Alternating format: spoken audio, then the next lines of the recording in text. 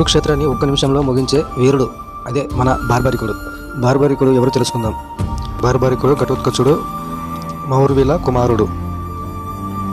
బార్బరికుడు చిన్నతనం నుంచే గొప్ప యోధుడు. అతను శివుడిని ప్రార్థించి 3 అజేయమైన బాణాలను వరంగా పొందుతాడు.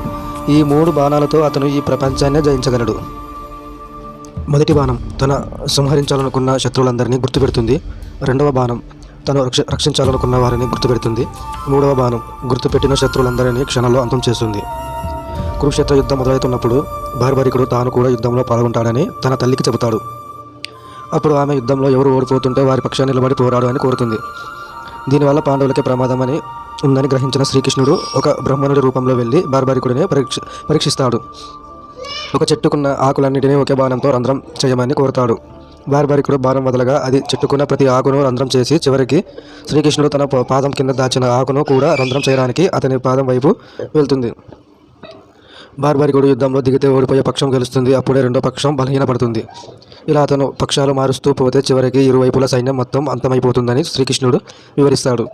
ధర్మం గెలవాలంటే బార్బరికుడు యుద్ధం చేయకూడదని కోరి అతని తలని దానంగా అడుగుతాడు.